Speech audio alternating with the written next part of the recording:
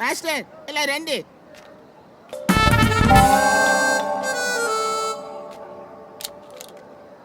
పిల్లలకు పాఠాలు బాగా చెప్తున్నావు బాబు.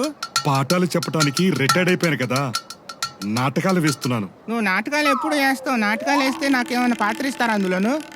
నాటకంలో పాత్ర ఇస్తాం గానీ నీ డైలాగులే ఉండవు. మరి డైలాగ్ లేకపోతే ఎలాగా? ఒకవేళ నీకు డైలాగ్ ఇచ్చావనుకో, జనాలందరికి కూడా చెవుల్లో గుండా రక్తాలు కారుతాయి. అంత పగరపడిపోకూడదు, చాలా జాగ్రత్తగా ఉండాలా. వీడు డైలాగులు ఇవ్వడంటే ఏమివ్వడంట, చెవులో రక్తాలు వస్తాయంట. నీ పొగరెంత బాబు, ఎంత పొగరు పడిపోతున్నావు? ఎలా అవతలకే బోడిగుండు బొచ్చుకుంటూ వేసుకొని ఎలా అవతలకే. ఇంకా నిలబడి ఉండిపోయాడు కాయగూరలు అమ్ముకొని ఇవ్వకుండా అందుకాడు.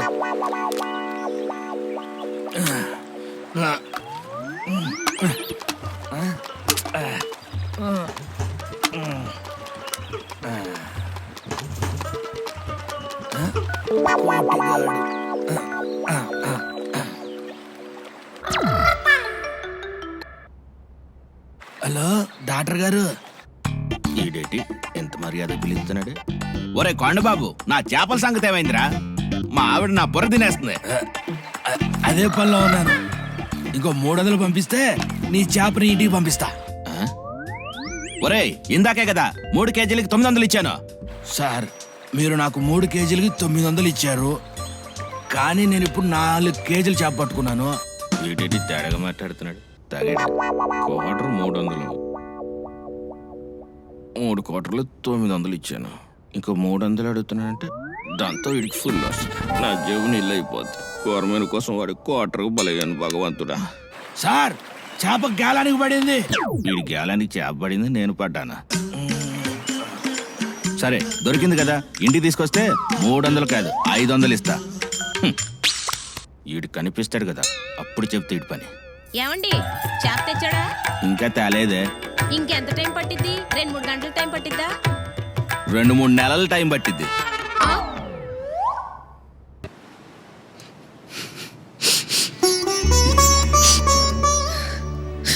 ఏం లేదు స్వామి, వీళ్ళ ఫాదర్ నిన్నగా బయటికి వెళ్ళారు, ఇప్పటికే రాలేదు. కంగారుగా ఉంది. కంగారు పడకండమ్మా. ఓం నమో వెంకటేశాయ నమః.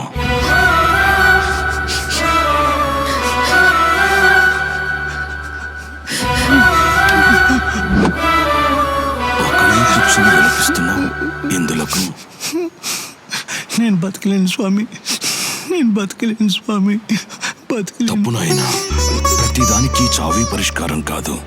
నీవు చనిపోతే నీ భార్య పిల్లలను ఎవరు చూస్తారు? ప్రతిదానికి ఒక పరిష్కారం ఉంటుంది. నీ సమస్యకు ఒక పరిష్కారం ఉంది. నేనున్నాను. మీ ఇంటికొచ్చి హోమం చేస్తాను. నీకంతా మంచి జరుగుతుంది. ఓం నమో వెంకటేశాయ నమః. స్వామి, నేను పుట్టిన ఈ గడ్డ మీద మళ్ళీ నా పాదం మోపేలా చేశావు స్వామి.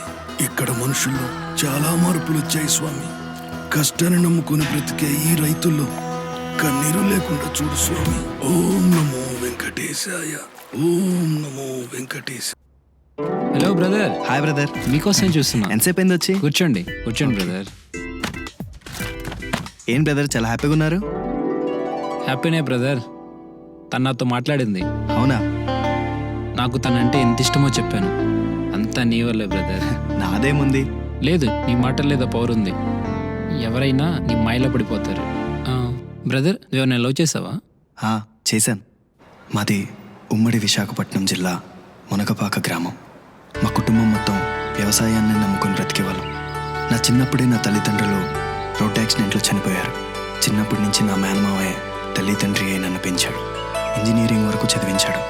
విజ్ఞాన్ ఇంజనీరింగ్ కాలేజ్లో మెకానికల్ ఇంజనీరింగ్ పూర్తి చేశాను. వైజాగ్ స్టీల్ ప్లాంట్లో కాంట్రాక్ట్ బేసిస్లో జాబ్ చేస్తాను. అలా అంతా సాఫీగా సాగిపోతున్న నా జీవితంలోకి కీర్తి వచ్చింది. అలా అనుకోకుండా తనతో పరిచయం ప్రేమలా మారింది.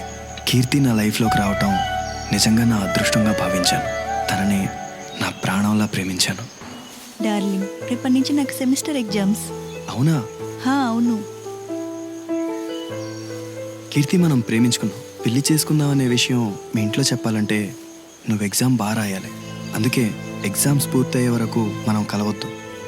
అంతేకాదు, no phone calls, no messages. నీతో మాట్లాడకుండా ఉండడం నా వల్ల కాదు. నా వల్ల మాత్రం అవుతుందా? కానీ తప్పదు. మన లవ్ ఫెయిల్ అవ్వకూడదు అంటే నువ్వు ఎగ్జామ్లో ఫెయిల్ అవ్వకూడదు, సరేనా?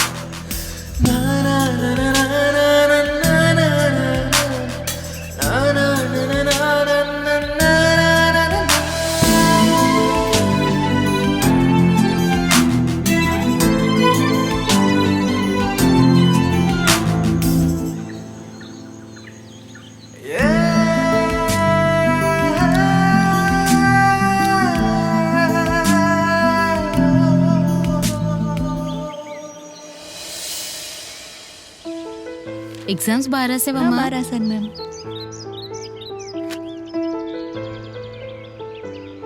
హాయ్, ఎగ్జామ్స్ ఎలా రాశారు?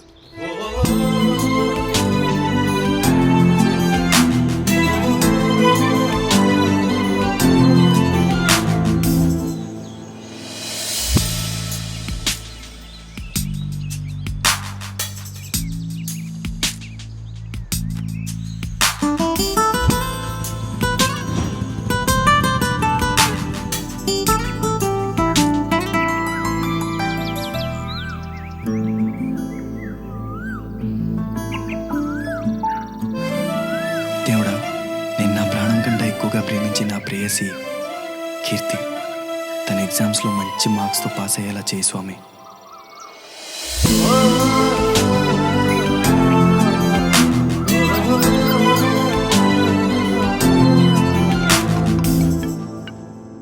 హలో నమస్తే మ్యామ్. కీర్తి, నీ రిజల్ట్ వచ్చిందమ్మా. 72%తో ఫస్ట్ క్లాస్లో పాస్ అయ్యావు. కంగ్రాట్స్.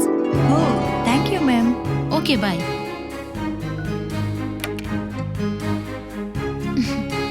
ఈరోజు ఇంత ఆనందంగా ఉన్నావేంటి కీర్తి నువ్వు? ఫైనల్ ఇయర్ రిజల్ట్ వచ్చింది, ఫస్ట్ క్లాస్లో పాస్ అయ్యాను.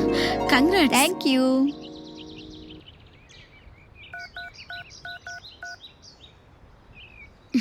ఇప్పుడే మీ డాడీకి చెప్తాను. ఓకే ఓకే అమ్మా, ఇప్పుడు వస్తా. Hi Keerthi, hi sweetheart. Result ఏమైంది? ఫస్ట్ క్లాస్లో పాస్ అయ్యా. Oh congrats. Thank you Raja. Keerthi, నేను చూడాలనుంది, కలుద్దామా? పక్కన పేరెంట్స్ ఉన్నారు, తర్వాత చేస్తా. బాయ్. Okay bye.